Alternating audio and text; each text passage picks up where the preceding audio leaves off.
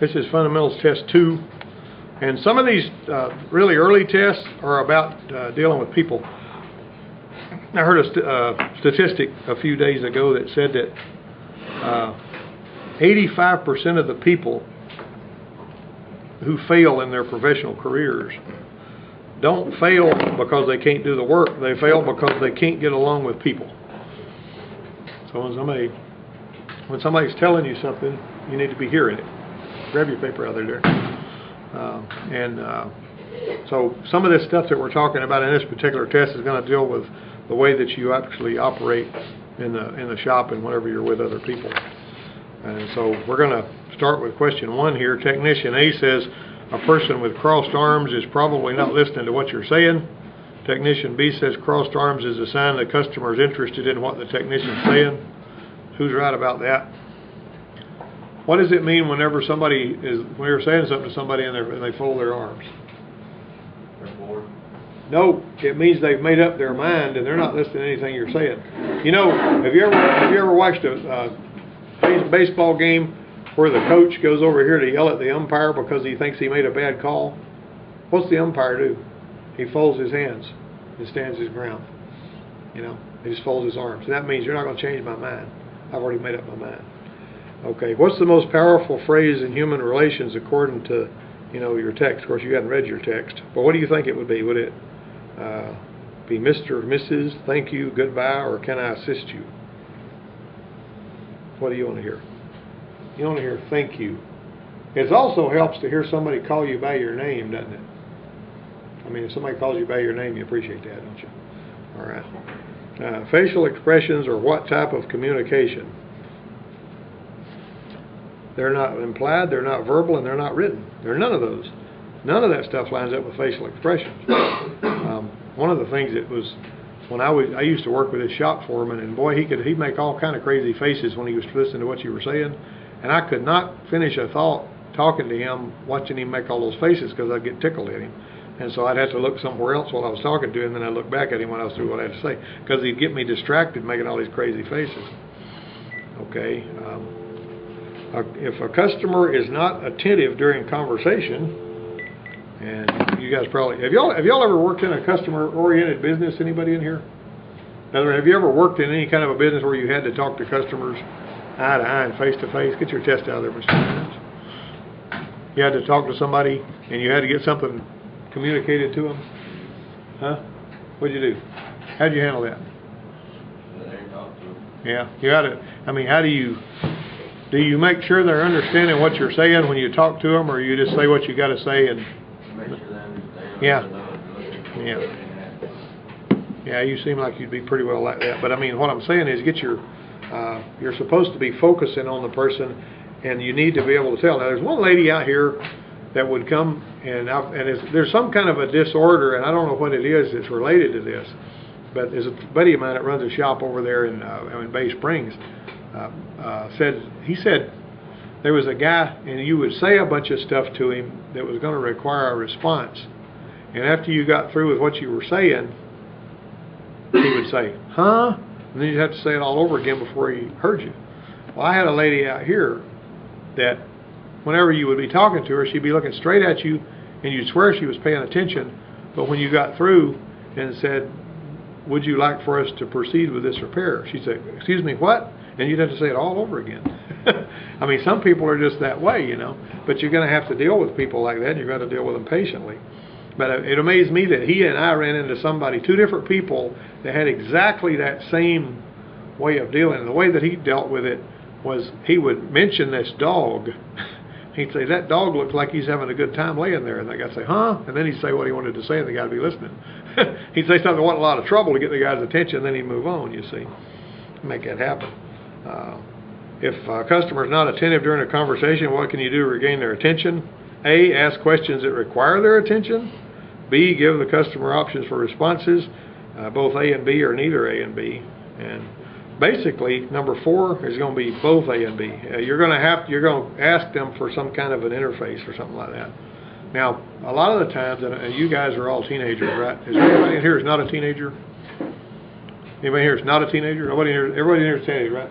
Okay, now if an adult is asking you something that you really don't want to give them the answer to.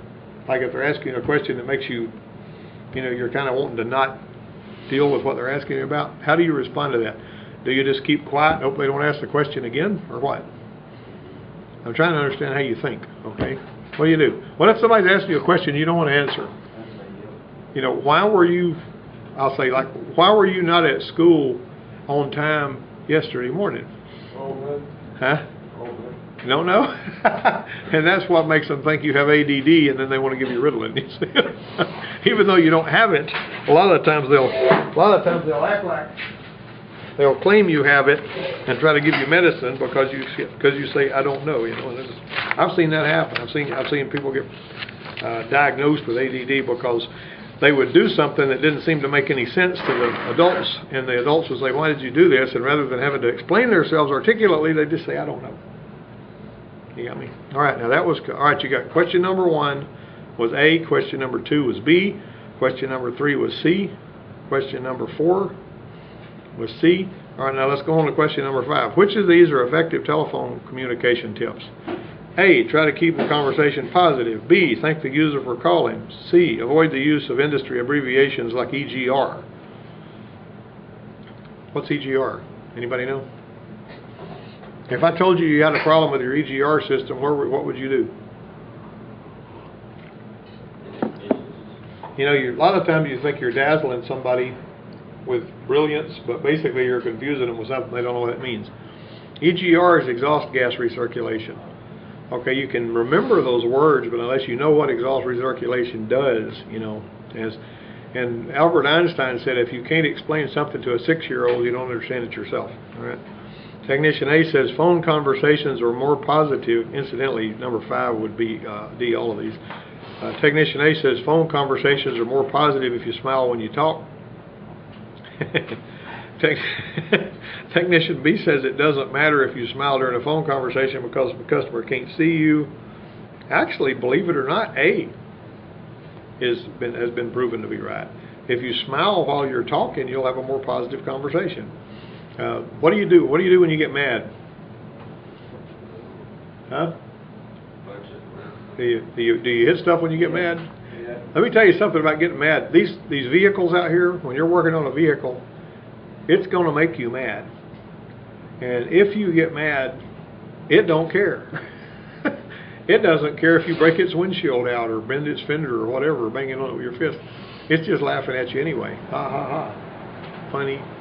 All right, so okay, now we have late people here. We need to have doctor's excuse or something. All right, now then, let's see. Technician A writes each diagnostic step on the work order using manufacturer-specific terminology. Technician B writes legibly so the service consultant and customer can read the repair procedure performed. 7B. That's B, actually.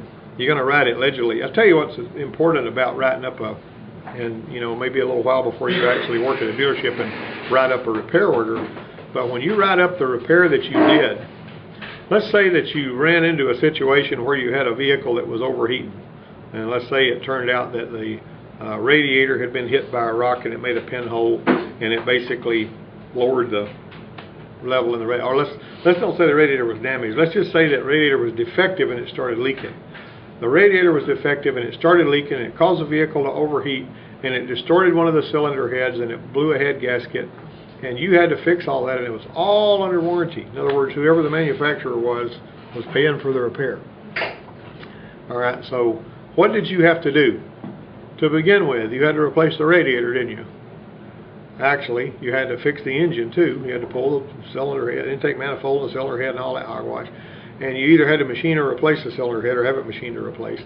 You had to replace the cylinder head gasket, and you had to put it all back on there, you had to torque everything, and then you had to, change the oil and fill it up with coolant and all that kind of stuff. Now then, at the back of that warranty ticket, you're the one that's supposed to write that up. It's not somebody else's job to write up your ticket. You're supposed to write up the back of your ticket. And you're supposed to be able to write it up so I can understand it. Okay, on the back of your ticket, in the area where you describe your repair, let's say. Unless in some places may have a computer set up now where you tell them what you did and all that kind of stuff. But when you write it up, if you just put replace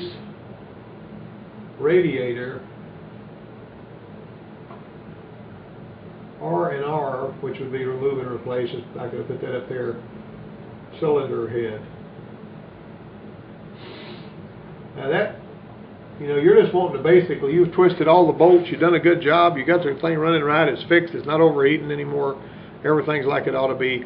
You put it out, and the dealership submitted a claim to the manufacturer, whoever they were, for, you know, if it was Chevrolet or Ford or Honda or whoever, for, you know, $1,800 or whatever it was. Okay, they send people down like I call a warranty auditor every now and then. And the warranty auditor goes through the files. And he's going to pull up this ticket that you wrote, replace radiator or R&R cylinder head on. On the other side of the ticket where the concern was written up, it said overheating. And he's going to look at this. He's also going to look and see if on the side over here where it says on off, if you punched on and off every time you worked on it and start, you know, you punch it on. At lunch you punch it off. At come back you punch it on. At quitting time you punch it off. You'd have a bunch of punches on and off over here. To begin with, you only punched on and off a couple of times, and he knows you didn't. He knows you didn't do all the job between those times that you got on there. Secondly, you wrote it up like this. You know what's going to happen to that ticket? Because you didn't punch off and on right, and you didn't write it up right, the warranty auditor is going to say, I'm not even sure that this work was done. I think I'm going to charge this back. So what he does is he takes the $1,800 out of the dealership's bank account because you didn't write it up right. You may have done everything else right, but you didn't write it up right. You understand what? You see how important that is to be able to communicate eloquently. If you're working at an independent shop, you're not typically going to have to worry with a warranty auditor. But if you work at a dealership, you will, and they will, and they're going to call you in where that warranty auditor is, and they're going to say, why did you have to pull the cylinder head off of this thing? You know, why didn't you write this up saying, and what you should have done was says, found leaking radiator at right-hand tank, replace radiator, pressure tested system, found cylinder head had been distorted by overheat caused by radiator. Tell them a story, you know. Basically, you have to put it in terms where they can understand it, and don't scribble it, make sure you write it. I used to have a typewriter on top of my toolbox, and I would type my tickets up and make sure. All right, now let's see. Number 7 is actually B. 7 is actually write each diagnostic step on the work order using manufacturer-specific terminology. And, okay. Now then, let me see. Let me go down here to number 8. Which of these are helpful websites for technical information on the internet? NASTF, IATN, Google, or all of these? That's actually all of these. The NASTF is the National Automotive Service Technicians, you know, Service Task Force. That's what it is. And then IATN is the International Automotive Technicians Network. And then your Google works too. And so all of those are good. Technician A says, since the technicians in the shop work as a team, it's okay to borrow another technician's tools without asking. Does anybody in here know the answer to that? That's a no-no. That's a no-no, isn't it? Okay. Technician B says, return borrowed tools in clean working condition. Who's correct about that? That's B, actually.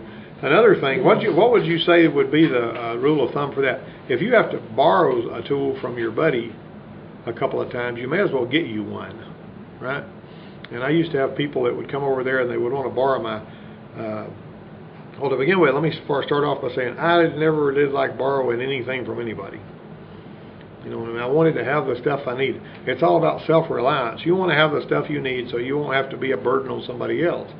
And a lot of people, I would have them come over there and they want to borrow my fuel line disconnect tools because they had to change fuel filters, these fast service guys. And they have a tool box full of tools over there. And I say, why don't you have some of these? Huh? You going to buy some when the tool man comes? Well, I don't know. They don't fool with them to buy any tools. They just wanted to borrow yours so they could get the money done. All right, so there's another guy that would come and borrow a pair of channel lock pliers I had. And I had my name written on them with an engraver, had Richard written on them. And so he comes and borrows these channel lock pliers to all the time to pop these transmission linkages loose because he's a transmission mechanic and he worked in the service bay right next to me. And he borrowed them and borrowed them and borrowed them. And I don't like to be hard to get along with, so I said, look, I don't use those as much as you do. Why don't you just keep them over on your toolbox? And if I need them, I'll know where they are if I need them. And, well, that sounded wonderful to him, so he, you know, just started keeping them on his toolbox over there. And then about 6 weeks later, I went back there and I found those pliers laying on top of the steam cleaner back there by the back door going out of the shop, and that shop was 100 yards long. It was a huge shop. And so I picked him up. I said, well, that's my channel locks. You know, you recognize your tools, don't you? Don't you? Don't you recognize your tools? You know your wrench, you know your tools, you know your plier. Had my name on it anyway. So I brought it back and put it in my box. I didn't say nothing to him about it. And I asked him a little bit later that day, I said, where's them pliers that I loaned you a while back? Well, his defense mechanism was to start, cussing and carrying on. So I understood then that was him not wanting to admit that they were lost and he didn't know where they were. And so I told him, it's not a big deal. Don't get upset about it. And I didn't tell him I had found them, and so he never asked to borrow them again, But I mean, I can tell you a lot of stories about people borrowing tools, and it's a constant irritation. A lot of times, one time I bought him a tool like he was borrowing. He kept borrowing my tool, and I bought him one. I mean, I bought me another one and gave him the first one. He lost that one and was wanting to borrow the second one. You see how it's irritating? I mean, it makes you want to choke the guy, you know what I mean? I mean, he can't keep up with it, but he wants to keep coming to get mine, wants somebody else to keep stuff in stock for you. All right, Technician A says, never mind, number 9, I already said that one, that was B. If you do borrow something, you make sure it's back and in good working condition. Here's something else. If you borrow something and you break it, you need to give the guy the money for a new one or buy him a new one, right, when the tool truck comes. The phrase written on the work order, drove the vehicle to confirm the customer's complaint, falls under which section of the work order? A, that would be concern. Concern, right? 11, what's the term R&R mean? Anybody know? Remove and replace. Listen to him. He knew what he was talking about. Technician A, this is number 12, Technician A asks the service consultant to clarify unclear items on the work order. Technician B sticks to the 3 C's when communicating with the customer. Which one of them is correct? That's number 12. Right? Got it? You got it? C? That's right. All right. Let me see. I was telling the other day, and I've mentioned this in here 3 times, but that's an example of a service writer that wrote something up in a way that where you couldn't understand it. Was that one service writer, I'll never forget that. He wrote up a work order, windshield will not separate rain from water. What does that mean? Windshield will not separate rain from water. You got anything? All right. Figure that out. Let's see. Which of the following cannot be used to determine labor time for repair? Chilton Time Guide, ALLDATA, Factory Service Manual, or Mitchell Guide? That's number 13. C. The Factory Service Manual will not give you labor times. Now what I mean by that is, if you've got, let's say you're putting a water pump on something like a Chevrolet pickup truck, you go to your ALLDATA or you go to your Chilton Time Guide, and it'll say 96 Chevrolet pickup 350 engine water pump remove and replace. It'll say something like 2.1 hours. If it's got air conditioning, add 0.3 hours, something like that. So if you're working on flat rate, let's say they're paying you $20 an hour flat rate, and you work that job out at 2.3. If it's a 2-hour job, you'd be making $40. If you get done in 1 hour, you've made $40 in that hour, and then you move on to your next job. If it takes you 4 hours to do it, you've made $10 an hour. So the faster you work, the more you get done, the more money you're going to make. Got it? Some shops pay straight time wages, like they pay on the clock for the amount of time you're there, but they won't typically pay you as much on clock time as they will on flag time, because on flag time you'll produce better, typically, and they can afford to pay you because they're actually paying you for what you produce instead of the time you're there. Let's see, Technician A says more flat rate time should be allotted to repair extremely rusted or dirty vehicles. Technician B says more flat rate time should be allotted for less experienced technicians. Ooh, that's A only. The flat rate time is going to stay the same unless there's extenuating circumstances. Like for instance, if you have a situation where you've got a bolt that you find out that's broke off, that whenever you pull the manifold off, the bolt's already broke off flush with the head because somebody else worked on it, and you're going to have to drill that bolt out. That's when you go and you contact them and you punch on and you diligently work on that thing, and you keep up with the amount of time it took you to do it, and they pay you on that job what they call M time, which is the amount of time it takes you to do the job. Or actually to drill out the bolt, they add that to whatever your flag is. Let's see. Technician A says aftermarket parts must meet more demanding criteria than OEM parts. What's OEM mean? Anybody know? You know when you say, what do you think of when somebody says OEM? You know that original equipment manufacturer? It's like it's got the one that came on the car, like you got a belt tensioner that's got Ford stamped on it, as opposed to one you buy from the parts house that says Dayco. See what I mean? OEM was going to be the one that you got from the dealer that the manufacturer of the vehicle made for that. That's what OEM says. Okay. Technician B says the cost of an aftermarket part may be about the same as OEM parts from the dealer. 15.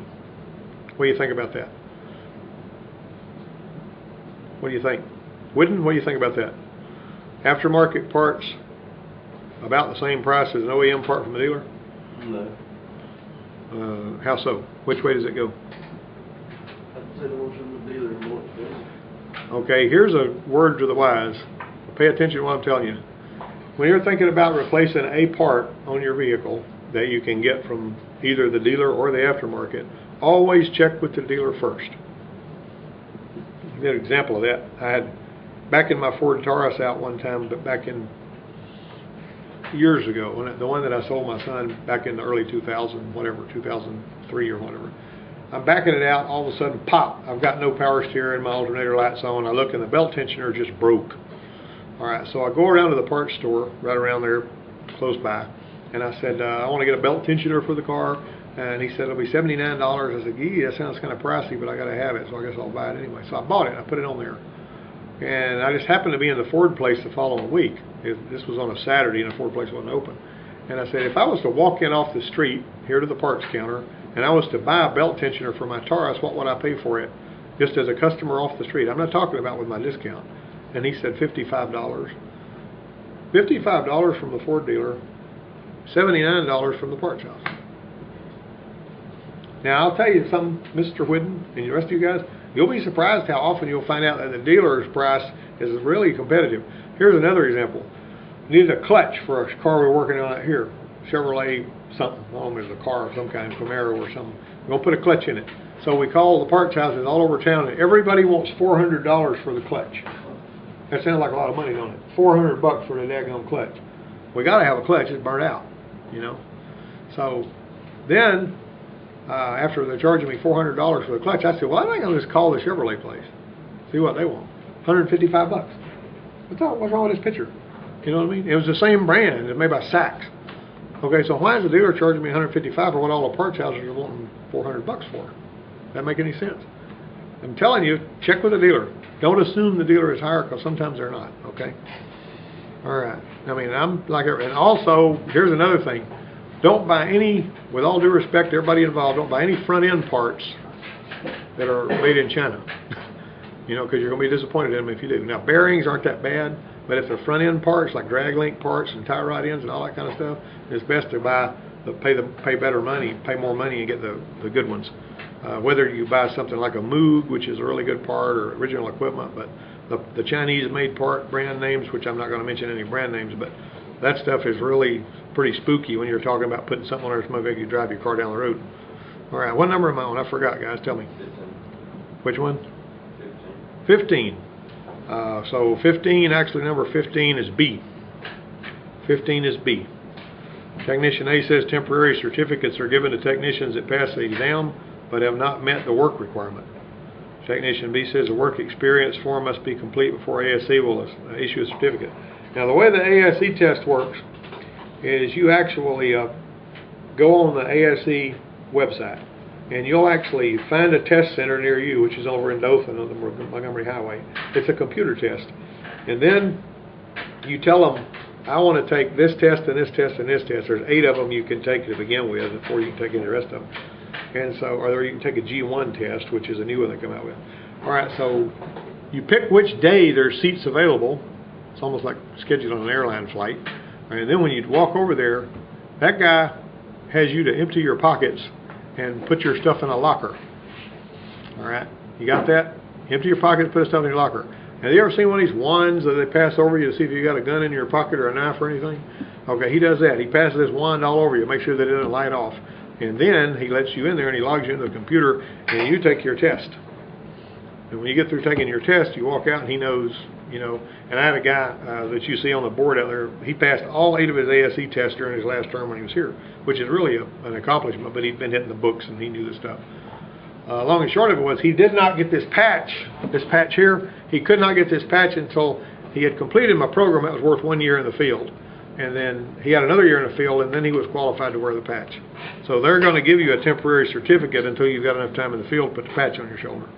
The patch will get you hired a lot of the times whenever you walk in. Like if you just walk in holding your toolbox and say, hey, my name is, you know, what's his name, and I fix cars, and I got a box of tools here. You know, they're going to say, wait a minute, how do we know you know how to do anything? Well, I just do. I fix a lot of cars in the backyard. Well, that don't work either. You know, you don't have to. However, if you walk in, you got this on your shoulder, you can get your foot in the door. They can say, wait a minute, this guy's got some credentials, and they'll hire you typically, and they'll pay you more than they will somebody just walks in off the street. Now, some places hire people for OJT, but you know, I saw them do a lot of it, and they crash and burn over there. It's best to get some training first, and to get as many certifications as you can, as quick as you can. Okay, let's see. Number 17, the answer to that one is A. All right, let's speed on through the rest of these. Technician A says the ASE tests are based mainly on General Motors products.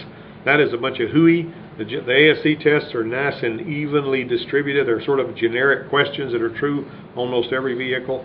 Technician B says the ASE exam has an essay portion is graded by a panel of experts. That's not true either. Everything on there, that's a D. That's a D. Every question on that test is going to be multiple choice, basically. I will also go so far as to say that just because somebody has passed an ASE test doesn't make them an excellent mechanic, but it does give them credentials that will get them hired. You know, if you want to be hired, it's better to have credentials than it is not to have them. Okay. What term describes a multiple choice answer designed to resemble the correct answer? You ever had multiple choice tests? They give you all any tests at the school? You do? What kind of tests they give you?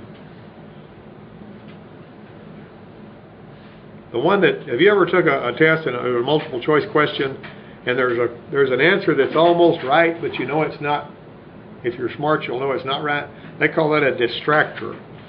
Okay, according to that's B. According to technicians that take the exam, which question type is the most difficult? Which question type is the most difficult? That's A, the technician A and B questions. That's because it's 2 questions in one. You've got to parse what both of these guys are saying, and you've got to determine if they're telling you the truth or not. Got me? All right. How long is each ASE test? Anybody know? Nobody knows. 1 to 2 hours, actually. It's about 60 questions the first time you take it. If you recertify, it doesn't cost as much. Technician A says you have to pay a registration fee for each test you take in a session. Technician B says if you fail a test, you got to wait a year before taking that test again. That's D. Neither one of those guys are right. They actually have a cap on how much you're going to pay to take, the test. Like you'll have a registration fee and you'll pay a maximum amount, and after that maximum amount, you can take however many tests you want. Number 23, Technician A says ASE provides the question items you missed along with the correct answers to help you study. Technician B says recertification tests must be taken every 3 years.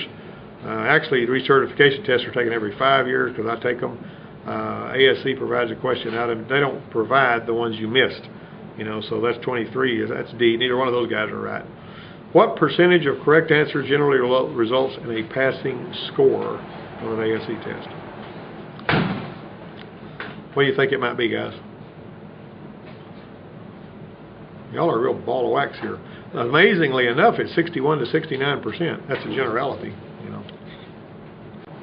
All right. So number 20. Let's see. 25. A technician A says you only have to pay for a test 1 time. If you fail, you can take it again for free. That's not right. Technician B says a photo ID is needed to enter a test center. That is correct. He's got to make sure that you're who you say you are. You don't want your buddy going over and passing the test for you. According to the text, a large glass of water should be consumed how long before the test? Now, y'all didn't read the text, but that's B. 1 to 2 hours before the test, you ought to drink a glass of water. And make sure you don't go in there not having had anything to eat, because when your blood sugar starts to get low, like it will if you hadn't anything to eat in a while, your brain don't work as well. So you need to have, if it's too high, your brain doesn't work well. If it's too low, it don't work well. So make sure that you're nice and well fed and have to drink some water. ASC certifications are valid for 5 years. Let's see. The A7 test includes what subject material? Unless you have that memorized, you're not going to know. That is heating and air conditioning. Experts recommend technicians attend how much refresher training each year? Refresher training. That'd be C. 40 hours a year of training. And there are training. When I go to Kansas City, to KC Vision, I go up there and I take training from these experts, in the field and all that kind of stuff. It's a good place to be. Which organizations offer updated training for technicians? A, aftermarket part suppliers. B, IETN. C, ASA. Or D, all of these. 30 is D, all of these. Technician A says always to push heavy objects. Technician B says always pull heavy objects. Who's right about that? What happens if you pull heavy objects? You actually stretch a muscle. I mean, you ever stretched a muscle? Who plays ball in here? You play ball, don't you, Derek? You ever stretch a muscle? How's it feel? Feels bad, don't it? How long does it take you to get over it? 2 weeks? Yeah. Well, whenever you're young, you get over it quicker than you do when you're old like me. Okay. All right. So one time out there in the shop, I was moving an engine block. Just a little bit. It's a little V6 engine block. Wasn't all that big. I mean, I don't know what it weighed, but I wasn't trying to pick it up. I was just going to drag it. You know how you just drag it? And instead of pushing it, I sort of pulled it sideways, and I pulled a muscle in my back, and it took me a month to get over that. But and you never would expect it, because your back muscles get weak, and you don't know they're getting weak until you try to do something with them, and then all of a sudden you pull a muscle, and boy, it hurts for a long time. So basically, you're supposed to basically push it, right, instead of pulling it. That's 31. Okay, 32. Proper working level is what? Waist tight's best. Once again, since you got a lift out here, guys, if you're working on the brakes or something or pulling a tire off, go ahead and raise the car off about waist high. Don't raise it 10 inches off the floor and sit down. You can tell when people are used to working in their backyard. You know what I mean? If you got a lift, why not raise it up where you can stand flat-footed? Even this, let me tell you about this. You ever see these little teeny short cars that you're gonna put spark plugs, or you're gonna work on something under the hood, and you're humped over for a long time, and then you start to get sore because you've been bent over too long. You know what I mean? Heck, if you got a lift there, or even if you got a jack and some stands, why not raise that thing up about waist high so you're standing flat-footed working on it? That's ergonomics, right? All right. Now, before you guys turn into a skeleton, I need to move on this thing. Technician A says most non-running vehicles can be pushed into the shop by one person. Technician B says to use an electric pusher when moving a non-running vehicle. That's actually B. Electric pusher. An electric pusher. That's one of the things that's got. It's the one we had at the Ford place over there. Had 3 big batteries in it, and it had a thing on the front that would match up with the bumper, and you pull a trigger, and that thing would push a real heavy vehicle. And all you had to do is basically just walk behind it like a lawnmower. It didn't push real fast, but it pushed plenty fast enough to get it into the shop. Technician A says you can't steer it, though. You got to put somebody in the seat to steer it. Technician A says containers for dirty shop rags should be made of metal. I think we did some of these questions the other day. Technician B says they ought to have a lid that stays closed. Really, number 34, that's actually going to be a C. When hammering an aluminum part, it's best to hit it with what? Now, this is aluminum part you don't want to mess up. Hit it with plastic mallet. Don't beat the tar out of it. Like the other day, we were going to, they had a CV axle. We took a nut off his CV axle, and there's a puller you can push him out with, but that one didn't need to be pushed out. It was just stuck a little bit. So if you're going to, this thing's got threads on it, how are you going to get that out of there, guys? You got to hit it with something. What's the best way to do that? It's got threads. If you ding the threads, you're never going to get the nut back on it. So what are you going to do to keep from messing it up? Plastic mallet is probably not going to move it. In this particular case, we used a brass hammer. A brass hammer works really good. A brass hammer is softer than the steel, and it's not going to hurt it in most cases. Of course, I mean, if you took a brass hammer and hit the fender on a car, you're going to bend it, so don't think about that. You could bend the fender on a car with a plastic mallet. But anyway, it's always a good idea, if you're just wanting to move it, is to screw the nut back on it so that it's flush with the threads, and then when you hit it, when you screw the nut off, you know, you haven't damaged the threads. Okay, now, that's just basic stuff there. Let me see, what type of cleaning uses small living organisms to eat oil and grease? Did you know that you got organisms that eat grease? That's B, isn't it? Microbes. Technician A uses a face shield when using any type of pressure or chemical cleaning. Technician B uses protective gloves when working with solvents. Who's correct about that? That's C. The solvent, I mean the parts washer we got over here is an aqueous parts washer, and the stuff that comes out of it is warm soapy water. So we're not actually using, you know, benzene or any of that stuff to clean with. Technician A uses a 3-prong electrical cord when possible. Technician B uses double insulated electrical tools, a 38 SC. Which substances can be used as abrasives for cleaning? Well, actually, that's C. That's either A or B. You can actually, believe it or not, either A or B. Batteries should not be tipped more than how many degrees? 45. Okay, that's actually C. What's 45 degrees? How would you illustrate 45 degrees? Okay, could you draw it on the board? Could you draw 45 degrees? 45 degrees from a vertical line is what? Who knows? 45 degrees from the vertical line is what? You got any idea? A little bit more than straight. Well, Or if you draw one straight down, it's right in the middle. yeah. Well, what is what's 90 degrees? Huh? That's right. And so what's half of 90 degrees? 45 right in the middle. Yeah, that's what you were talking about, wasn't it? So this is 45 degrees. Got it? You got that? You can see him. He knows it. You can tell he's bored. Chewing that gum over there. All right. All right. Okay. Let me see here. There are how many classes of fire extinguishers? Let's remember this. 4. 4 different ones. Which type of fire extinguisher may damage electronic components? A. Okay. For A, that would be the dry chemical. 43. Technician A says an eye wash station should be located in a building corner to keep it clean. Technician B says an eye wash station should be located in a central area. B. That's B, actually. You need to have it where somebody can get to it. 44, Technician A says eye contamination should be treated by flushing with water. Technician B says professional help should be involved in the event of eye contamination. Who's correct about that? That's C. Which of the items is listed is not considered to be personal protective equipment?